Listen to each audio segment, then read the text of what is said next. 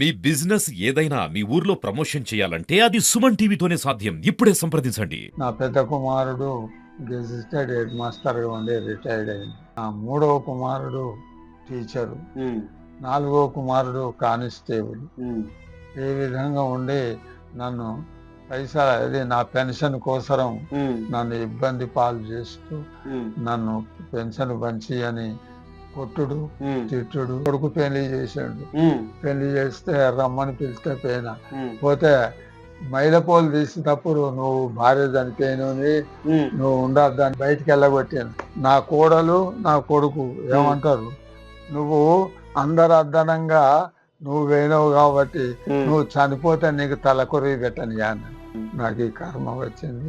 పైసలు లేక కాదు, అన్ని విధాలుగా ఉండి నా ఇల్లు నాకే ఉండాలి, ఆ పెన్షన్ నాది నాకే ఉండాలి, ఆఖరికి వాళ్ళకు చెందకుండా ఉండాలి, ఎవరికైనా దాన ధర్మం చేస్తా. నమస్తే, వెల్కమ్ టు సుమన్ టీవీ. కన్నవారే చేదైపోతున్నారా? కని పెంచి ప్రయోజకుల్ని చేసిన తల్లిదండ్రులే ఇప్పటి సమాజంలో చాలా మంది విస్మరిస్తున్నారు. ఇదే ఘటన కమలాపూర్ మండలంలోని గూడూరు గ్రామంలోనైతే చోటు చేసుకుంది. ఒక రిటైర్డ్ ఎంప్లాయీ ఎంతో మందికి ఆయన విద్యాబుద్ధులు నేర్పించి ఉన్నత శిఖరాల్లో ఎంతో మందిని నిలిపినవాడు. ఆయనకే ఇప్పుడు బుక్కెడు కూడు పెట్టేందుకు ఆయన కొడుకులు వెనుకకు పోతున్నారా? ఆయన పెన్షన్ కోసం, ఆయన సంపాదించినటువంటి ఆస్తుల కోసం ఆరాటపడి ఆయన బాగోగులు చూసుకోకుండా కూడా ఆయనను ఇబ్బందులు పెడుతున్నారని చెప్పి ఆయన అయితే మొన్నటి రోజున కలెక్టరేట్లోనైతే ఫిర్యాదు అయితే చేయడం జరిగింది. అసలు ఏం జరిగింది అనేది మాత్రం మనం అడిగి తెలుసుకునే ప్రయత్నం చేద్దాం.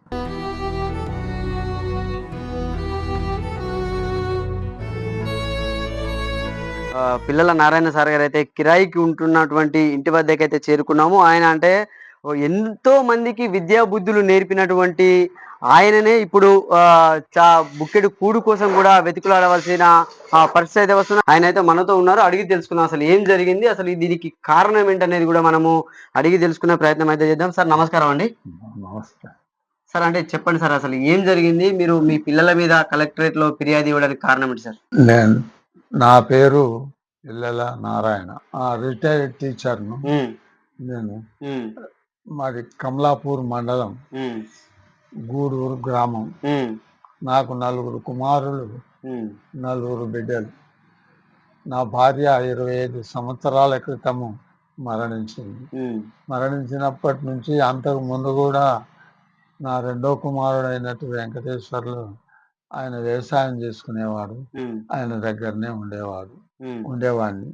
నా పెద్ద కుమారుడు గెజిటెడ్ హెడ్ మాస్టర్గా ఉండి రిటైర్డ్ అయింది. నా మూడవ కుమారుడు టీచరు, నాలుగవ కుమారుడు కానిస్టేబుల్. ఈ విధంగా ఉండి నన్ను పైసలు అది నా పెన్షన్ కోసం నన్ను ఇబ్బంది పాలు చేస్తూ నన్ను పెన్షన్ పంచి అని కొట్టుడు తిట్టుడు. ఆ విధంగా కాకుండా తడకలు ఇంట్లో ఒకట తడకలు కట్టుడు, ఎందుకు కట్టినామంటే కొట్టుడు. మళ్ళీ తర్వాత 4 రోజులకు గోడలు పెట్టిండు, ఆ గోడలు ఎందుకంటే మళ్ళా కొట్టిండు. ఈ విధంగా ఎవరితో చెప్పుకుంటే పరువు ప్రతిష్టలు గల్లు అని పోతుంది అని ఎవరితో చెప్పుకోక నేను ఇంట్లోనే ఉండి ఉండి ఉండి నెల రోజుల దాకా చూసి ఆ ఇంటి నుంచి నా రెండో కొడుకు వేరే ఇంట్లో ఉండని అని ఇక్కడ ఉండేందుకు జాగలేదు, నేను వెళ్ళిపోతా అని అంటే, మరి నేను ఎట్లరా, నాకైతే ఎట్లా, నేను ఎవరి దగ్గర ఉండాలి అంటే ఈ 3 నెలలు 4 నెలలు బట్టి 4 ఏళ్ళ బట్టి 30 ఏళ్ళ బట్టి నాకేదో ఉన్నావు కదా, ఆ విధంగానే ఉండు, నేను వద్దంటా అన్నా, నిన్ను జాదుకుంటా ఆ విధంగానే ఉంటా, కాబట్టి నాకు నన్ను తీసుకొని పొమ్ము అంటే అప్పుడు ఆ రాత్రి నన్ను బండి మీద తీసుకొచ్చి ఈ ఇంట్లో ఇక్కడ పెట్టిండు. అసలు కారణం ఏంటి సార్? మిమ్మల్ని ఇప్పుడు అసలు మీ పెన్షన్ కోసం వాళ్ళు ఎందుకు అసలు ఆశపడుతున్నారు? అసలు కారణం ఏంటి మిమ్మల్ని ఇంట్లోకి వెళ్ళి బయటికి రావడానికి? అసలు మీరు ఎంతో మందికి మీరు విద్యా బుద్ధులు నేర్పారు, వాళ్ళను కూడా ఒక ఉన్నత స్థానాల్లో నిలిపారు, అయినా కూడా ఒక డబ్బు కోసం ఆశపడడం ఏంటి? నాకు 20 ఎకరం భూమి ఉండేది సార్. 20 ఎకరం భూమి ఉంటే 16 ఎకరాల భూమిని వాళ్ళకే ఇచ్చిన అమ్ముకున్నారు. ఒక్కొక్కరికి 55 లక్షలు వచ్చినాయి. అమ్ముకుంటే. అయిన తర్వాత మీ అక్క చెల్లెళ్ళకి ఏమన్నా ఇవ్వాలన్నా అంటే మేము ఇచ్చుకుంటాం, నువ్వు చెప్పవలసిందే లేదన్నారు. సరే అన్న ఊరుకున్నా. ఇక మిగిలింది 2 ఎకరాల భూమి ఉన్నది, 4 గుంటల ఇంటి జాగా ఉన్నది. కాబట్టి నాకు కావాలి అయ్యా, నాకేం కావాలంటే ఇల్లు కావాలి, నా పెన్షన్ నాకే ఉండాలి, నన్ను ఈ భూమిని నా పరంగా చేయాలి, నేను కోరేది ఇంతే, నేను ఏదైనా ఉంటే ఈ పైసలైనా దాన ధర్మం చేసుకుంటా. ఏదైనా ఇప్పుడు మొన్న గుడి కడతాను, శివుని గుడి, అదే కాటమయ్య గుడి అని కట్టుకుంటాను. వాళ్ళు చందా ఖర్చులు 50,000, 60,000, 20,000 అయినా ఇచ్చుటకు సిద్ధంగా ఉన్నా. బీద సాధలు వచ్చేదంటే 10,000, 5,000 ఇస్తాను. బట్టలు బాటలు కూడా నాయే, మీకు తోచిన విధంగా సాయం చేస్తారు, తోచిన విధంగా ఇచ్చుకుంటే వెళ్ళకూడదాను. కాబట్టి ఇప్పటికైనా నా ఇల్లు నాకే ఉండాలి, ఆ పెన్షన్ నాది నాకే ఉండాలి, ఆ 2 ఎకరాల భూమి కూడా నా పరంగానే నా ఇష్టం వచ్చినట్టుగా చేసుకుంటా. ఆఖరికి వాళ్ళకు చెందకుండా ఉండాలి. ఎవరికైనా దాన ధర్మం చేస్తా కానీ వాళ్ళకు మాత్రం చెందకుండా చేయాలి అని మీకు మనవి చేస్తున్నాను. మీరు అంటే ఎప్పటి నుంచి ఎప్పటి వరకు ఉపాధ్యాయునిగా విధులు నిర్వహించారు? ఏ టైం నుంచి ఏ టైం వరకు? 1966 నుండి 1995 దాకా నేను ఉపాధ్యాయ వృత్తి చేసిన. మొట్టమొదలు సిరిసిల్లలు చేసిన, తర్వాత అంబాల్లో చేసిన, అంబాల్ నుంచి మళ్ళీ ఊటూరు పోయిన, ఊటూరు నుంచి వంగర పోయిన, వంగర నుంచి ఉప్పల్ వచ్చిన, ఉప్పల్ నుంచి జమ్మికుంట పోయిన, జమ్మికుంట నుంచి కమలాపూర్ వచ్చి రిటైర్డ్ అయిన 1995లో రిటైర్డ్ అయిన. ఇప్పటికి రిటైర్డ్ అయ్యి 30 సంవత్సరాలు నాకు. ఈ 30 సంవత్సరాల నుండి అందరినీ ఏ విధంగా చూడాలనో ఆ విధంగా చూసుకుంటా, ఎవరికి ఏమి ఇవ్వాలనో ఇచ్చుకుంటా ఉన్నా. ఈ మధ్యన నా పెన్షన్ కావాలని నా కొడుకులు, ఆ 3 కొడుకులు ఏకమై నా వద్దకు వచ్చి ఇస్తావా అని నానా దుర్భాషలు ఆడుచు, నేను ఈ విధంగా నాకు రోగం నొప్పి వచ్చింది, నేను ఇయ్యా, నాకే ఉండాలి అంటే ఆ విధంగా కాదు, తప్పనిసరిగా ఇవ్వాలని నేను ఉండే అటువంటి ఇంటిలో గోడలు తడకలు కట్టిండ్రు, గోడలు పెట్టిండ్రు. వద్దురా అనంటే నన్ను కొట్టిండ్రు. కొట్టిన ఆ ఇంట్లో ఉండే అటువంటి కొడుకు ఈ బాధ భరించలేక నేను వెళ్ళిపోతాను అని వాడు వేరే ఇల్లు కిరాయి తీసుకొని ఉన్నాడు. ఆ కిరాయి తీసుకున్నంతో నేను కూడా ఇంట్లో ఉండలేక వెళ్ళి వచ్చిన. కాబట్టి అయ్యా, నాకు ఇది నా ఇల్లు నాకు కావాలి, నా పెన్షన్ నాకు కావాలి. ఏమంటున్నారు మామూలుగా మీకు ఒక గూడును ఏర్పాటు చేయమంటే, మీకు మీ భార్య చనిపోయి కూడా చాలా రోజులైంది అంటున్నారు కదా? 25 ఒక 25 సంవత్సరాలు. అంటే ఏమంటున్నారు మరి మీ కొడుకులు ఏమంటున్నారు? ఒక ఇల్లు కట్టి మరి దానికి మీకు ఏమైనా సౌకర్యాలు చేయమంటే ఏమంటున్నారు మరి? ఏం లేదు, నెలకొక్కని దగ్గర ఉండాలట. నేను నెలకొక్కని దగ్గర ఉండు అని చెప్పి అంటే, నువ్వు కరీంనగర్లో ఒకడు, గన్పూర్లో ఒకడు, హనుమకొండలో ఒకడు, గూడూరులో ఒకడు, నేను ఎక్కడికెక్కడ తిరుగుతా. నేను చేతగానితనంలో ఉన్నా, నేను నాకు ఇదో రోగం ఉన్నది, ఏది పైప్ పెట్టుకుంటానా, మీరే చూశాను కదా, 3 నెలలు పైప్ పెట్టుకొని ఉంటే అంత మలమూత్రాలు ఎత్తిపోసినందుకు మీ భార్యలు మీరు ఎవరొచ్చి చూడలేదు, నన్ను మందలియనన్నా మందలియలేదు. ఇప్పుడు ఏమైనా పైసల కోసం నాకు నా పెన్షన్ కావాలని కోరుతాను. నా పెన్షన్ నేను ఇవ్వా, ఆ విధంగా ఏదైనా ఖర్చు అయ్యేది ఉంటే రోగం నైపోతే తీసుకొని పోతా అని చెప్పి నేను ఇవ్వలేదు. ఇవ్వకపోతే నన్ను బలవంతం చేసి విధంగా ఆ ఇంటి నుంచి ఆ ఇంటికి వెళ్ళి ఆ ఇంట్లో ఉండే అటువంటి కొడుకు వెళ్ళిపోతే నేను ఒక్కని ఉండలేక అతనితో వచ్చిన. ఇప్పుడు వాళ్ళ ఇంట్లో మీ కొడుకులో ఇంట్లో ఇప్పుడు 3 కొడుకులు వేరే దగ్గర ఉంటారు, కొడుకు ఇక్కడ ఉంటాడు. ఆయన ఫంక్షన్లు అయినా కూడా దేనికైనా మిమ్మల్ని పిలుస్తుంటారా? ఆయన కార్యక్రమాలకు కానీ తీసుకెళ్తుంటారా? దేనికి లేదు. ఒకనాడు మా పెద్ద కొడుకు పెళ్లి చేసాడు.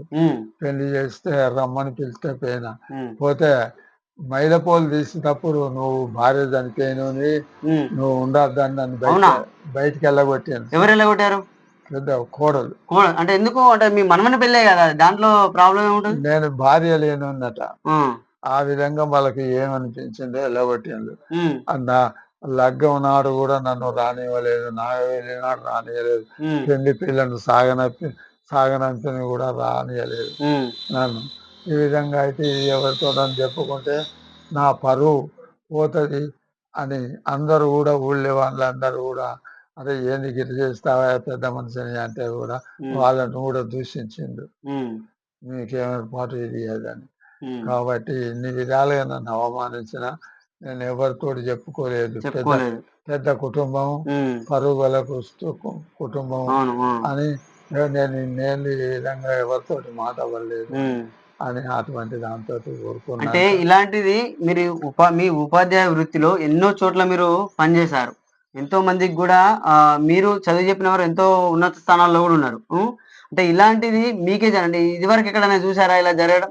మీ అనుభవం ప్రకారం ఒక తండ్రికి గాని తల్లికి గాని నేటి సమాజంలో చాలా మంది ఇట్లా చేస్తున్నారు. దీనికి ఏం చెప్తారు మీరు? నేను ఇంతవరకు అయితే ఎటువంటిది అయితే వినలేదు. తండ్రిని ఈ విధంగా ఇంటి నుంచి వెళ్ళగొట్టి గోడలు పెట్టుడు అనేటువంటిది వినలేదు. ఎవరైనా తండ్రిని దూషించితే మళ్ళీ 10 మంది వచ్చి తప్పు ఒప్పు అనిపించి ఆ కొడుకులు వచ్చి తీసుకుపోయేటట్టు చేసిండు. కానీ వీళ్ళు ఆ విధంగా కాదు. ఆ విధంగా నన్ను తీసుకుపోలేదు, నన్ను మందలించలేదు, నా దగ్గర రాలేదు. అసలే వచ్చులు లేదు, ఇంతవరకు కూడా రాలేదు. ఏమన్నారు మరి? కలెక్టరేట్ లో మీరు ఫిర్యాదు చేశారు కదా, అంటే అధికారుల నుంచి ఎట్లా ఉంది స్పందన? నన్ను ఏమి కావాలని అడిగింది. నీకేం కావాలంటే అయ్యా నాకేం లేదు, ఇల్లు నాది నాకు కావాలి, పెన్షన్ నాది నాకు కావాలి, ఆ 2 ఎకరాల భూమి ఉన్నది అది కూడా నా పరంగా చేయాలి, ఆ తర్వాత 4 గుంటల భూమి ఉన్నది అది కూడా నా పరం చేయాలి అన్న. మరి 16 ఎకరాలు అమ్మినామన్నావు కదా, మరి దాన్ని ఏం చేయాలన్నా. అది మీ రూల్స్ ప్రకారం మరి ఆ విధంగా చేస్తే వాళ్ళ కంఠం అదైతుంది, కంటగా తెస్తుంది. ఆ 16 ఎకరాలు కూడా రద్దు చేసే అటువంటిది అధికారం మాకున్నది అన్నారు. అయ్యా అదంతా మీ రూల్స్ ప్రకారంగా చేసుకోండి, నేనేం చెప్పలేను అని అన్న. ఇటువంటిది జరిగేది ఉంటే ఎంతమందికి అన్యాయం జరుగుతుంది. ఇట్లా దిక్కులేని వానికి చివరకు ఏ నౌకరు లేకుండా ఉండే భూమి లాగా లేనటువంటి వాడు ఉంటే వాడు ఏం లేదు 3-4 రోజుల్లో చనిపోవలసిందే, అడుక్కొని తినవలసిందే. ఈ విధంగా ఇటువంటిది జరగకూడదు అని నేను ఆ భగవంతుని ప్రార్థించు. ఎందుకు ఆపండి? చనిపోయిన కాడికి పెళ్ళి అంటేనేమో పోవద్దు, ఆయన పోవద్దని అన్నారు. దానికి ఎందుకు పోవద్దు? అతడు ఇతడు జవడం పెట్టుకున్నారట ఇప్పుడు. ఆ దాని గురించి ఆయన చనిపోయినా పోవద్దు అన్నాడు. అంటే మిగతా అందరూ కూడా తమ్ముడు కూడా అందరూ ఆయన మాట గిరిదాటకుంటా ఉండి ఎవ్వరూ రాలేదు. నేను మాత్రం పోయినా. నేను పోయి అంటే వాళ్ళ బావ చనిపోయినా కూడా వీళ్ళు రాలేదా? ఎవ్వరు రాలేదు. అతడు రాలేదు, వీళ్ళని రానివ్వలేదు. నేను ఒక్కరిని పోయినా. నేను పోయి వచ్చిన తర్వాత నా కోడలు నా కొడుకు ఏమంటారు, నువ్వు అందరు అద్దనంగా నువ్వు పోయినావు కాబట్టి నువ్వు చనిపోతే నీకు తలకొరి పెట్టని అన్నది. అవునా? అంటే మీ కూతురు వాళ్ళ భర్త చనిపోతే మీ అల్లుడు, మీ సొంత అల్లుడు చనిపోతే కూడా అట్లా అనడం ఏంటి అన్నది. అంటే సరే నువ్వు రాకుంటే మాత్రం నాకు నువ్వు కొరువు పెట్టకపోతే ఉండదా, లోకంలో ఎవ్వరు లేను నీకు ఒకడు పెడతాండు కదా, ఆ విధంగా ఎవరైనా నాకు పెట్టకపోతారా అని చెప్పి నేను ఇగో ఇన్ని విధాలుగా బాధతో చిత్రహింసలు పెడతారు. ఎవరితోటి చెప్పుకోలేదు సార్ నేను. ఇది ఈ విషయాలు చెప్పుకుంటే పరువు పోద్ది. అది ఎవరు ఈ విధంగా అది చూసిన వాళ్ళు మాత్రం చాలా అబ్బురపడతాను. ఊళ్ళో కూడా ప్రతి వాళ్ళు మీరు, ఎందుకంటే మీరు ఒక స్థాయిలో ఉండి 10 మందికి ఒక ఉపయోగపడే విషయాలను బోధించిన వారు, మీకే ఇట్లా జరుగుతున్నారు. చాలా మంది కూడా మేమే ఆశ్చర్యపోయినాం, ఒక ఉపాధ్యాయుని ఇలా చేయడం ఏంటని కూడా మేము ఇంత దూరం రావడానికి కారణం అది. ఊళ్ళో వాళ్ళు కూడా అందరు దినం పొద్దుకంగా సాయంకాలం ఊరికి వచ్చి నీకు ఇట్లా జరిగింది అని వాళ్ళు బాధపడు. మరి ఏం చేస్తా, నా కర్మ, భార్య చనిపోవుడు, నాకు ఈ కర్మ వచ్చింది, పైసలు లేక కాదు, అన్ని విధాలుగా ఉండి కష్టం అనుభవించుడైతుంది అని వాళ్ళతో చెప్తే అందరు కూడా చాలా బాధపడుతుంటారు. ఇలా అటువంటి దుర్మార్గ కొడుకులు పుట్టద్దు వాళ్ళని, ఇటువంటి కొడుకులు ఇక పుట్టద్దు ఎవరికైనా, పుట్టినా కానీ సాగొట్టాలి. ఆ భార్య చనిపోయేటప్పుడు అంటే మంచిగా హెల్తీగా ఉండే ఆమె, హెల్తీగా ఉండి చనిపోయేటప్పుడు ఇక చనిపోతుంది ఇక 2 రోజులకు అనంగా ఉమ్, మేమిద్దరమే కూర్చున్నాం. ఉమ్, కూర్చున్న తర్వాత మరి ఏమనిపించిందో ఆమెకు ఏమిటో ఆ ఉమ్, భగవంతునికి ఏర్పాటు. ఉమ్, ఇగో ఒక ముచ్చట నేనంటే విన్నావా అన్నది. ఉమ్, వింటావా అంటే వింటనే అన్నది. ఇగో నేను ఒకవేళ చనిపోతే మాత్రం ఉమ్. నిన్ను అష్ట కష్టాలు పెడతారు నీ కొడుకులు అన్నది. ముందే చెప్పింది.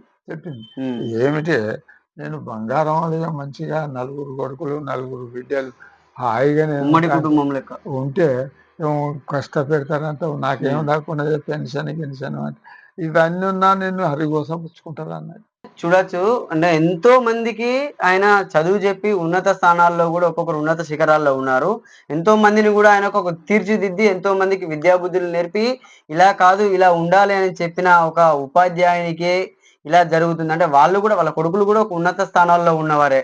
ఆ ముగ్గురు కొడుకులు కూడా ఉన్నత స్థానాల్లో ఉన్నారు. ఒక కొడుకు వ్యవసాయం చేసుకుంటున్నాడు. ఇంకా ఉన్నత వాళ్ళు కూడా చర్యలు తీసుకుని దీనిపై కూడా ఆయన రిటైర్డ్ ఎంప్లాయ్ అయినటువంటి సార్కి న్యాయం చేకూరే విధంగా కూడా చూడాలని చెప్పి కూడా సుమన్ టీవీ ద్వారా తెలియజేయడం అయితే జరుగుతుంది. కెమెరామెన్ జగదీష్తో సతీష్, సుమన్ టీవీ మనకుంటు నుండి. నా పెద్ద కుమారుడు గెజిటెడ్ హెడ్ మాస్టర్గా ఉండి రిటైర్డ్ అయింది. నా 3వ కుమారుడు టీచరు, ఉమ్, 4వ కుమారుడు కానిస్టేబుల్. ఉమ్, ఈ విధంగా ఉండి నన్ను పైసలు అది నా పెన్షన్ కోసరం ఉమ్, నన్ను ఇబ్బంది పాలు చేస్తూ ఉమ్, నన్ను పెన్షన్ పంచి అని కొట్టుడు ఉమ్, తిట్టుడు. కొడుకు పెళ్లి చేసాడు. ఉమ్, పెళ్లి చేస్తే రమ్మని పిలిస్తే పోయినా. ఉమ్, పోతే మైలపోలు తీసేటప్పుడు నువ్వు భార్య చనిపోయినవి ఉమ్, నువ్వు ఉండద్దు అని బయటికి వెళ్ళగొట్టాను.